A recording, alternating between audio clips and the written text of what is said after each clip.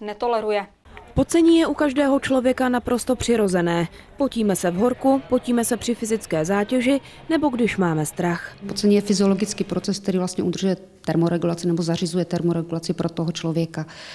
Takže je to normální. Pocení je tak pro náš organismus životně důležité.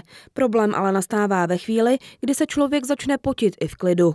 V tom případě už lékaři mluví o hyperhydróze, tedy o nadměrném pocení. Když v klidové situaci dochází k pocení, je tam nějaká změna, kterou by bylo potřeba nějakým způsobem řešit.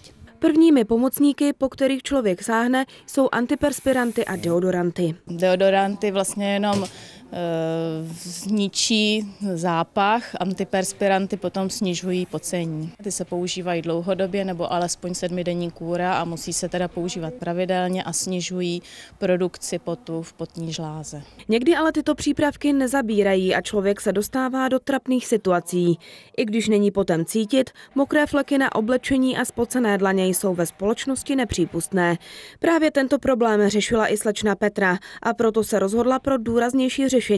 Aplikaci botulotoxinu, který lidově řečeno vyřadí potní žlázy z provozu na 4 až 12 měsíců. Zjistila jsem si, že tato metoda existuje, provádí se tady, takže proto vlastně jsem ji chtěla vyzkoušet. Estetické hledisko samozřejmě, že nemusím řešit prostě, jak to vypadá, ale na druhou stranu je to pohodlnější, nemusím se bát a samozřejmě člověk je trošku jistější sám sebou, když prostě ví, že jakoby nemusí řešit tyhle nevzhledný koláče pod paží.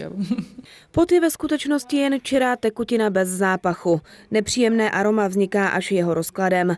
Vliv na intenzitu pachu může mít i pití kávy a alkoholu, kouření nebo některé potraviny. Po česneku nebo po těch aromatických věcech je i ten pot jinak cítit a i vlastně zvýšená potivost po některých jídlech jako chili a podobně, tak tam se taky jako mění to složení toho potu a množství toho potu. Přestat se úplně potit není možné. Jak už ale víte, je možné pocení omezit na místech, kde je společensky nevhodné. Petra Říhová, Jihočeská televize.